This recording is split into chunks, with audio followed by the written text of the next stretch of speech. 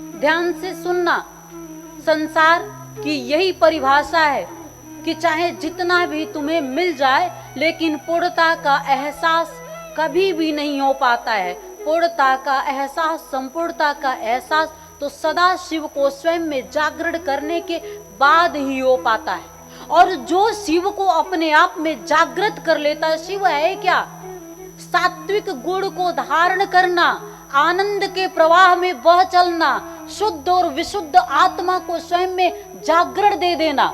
अभी तुम प्राण के बल पे सिर्फ तुम्हारा संचालन हो रहा है। तुम्हारा संचालन करने वाला ईश्वर, परमात्मा, ब्रह्म, तुम जिसे भी उसे नाम दे दो, संचालन तो कर रहा है, पर प्राणों के माध्यम से तुम संचालित हो रहे हो। अभी तुम्हारा जो केंद्र है, आत्मा केंद्र है।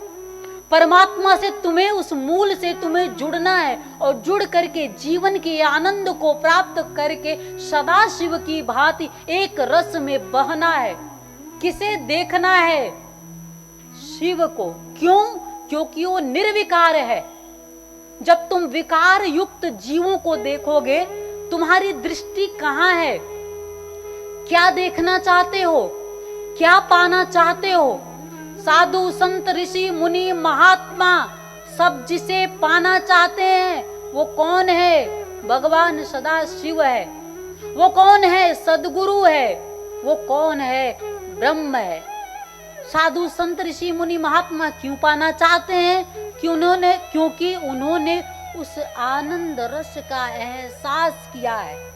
हमारे शास्त्र, वेद, पुराण, उपनिषद में जब आप जाओगे, जानने की जब कोशिश करोगे, तो हमारे ऋषियों ने यही कहा है, सदगुरु के शरण में जाइए, प्रार्थना करिए और हरि के बारे में सुनने की कोशिश करिए। सुनना, गुनना, सुनते हुए उसी धारा में बह जाना ही जीवन की सार्थकता को सिद्ध करता है। सदगुण, रजगुण और तमगुण। तमगुणी व्यक्ति इस संसार में कभी भी किसी के लिए प्रिय नहीं होता है।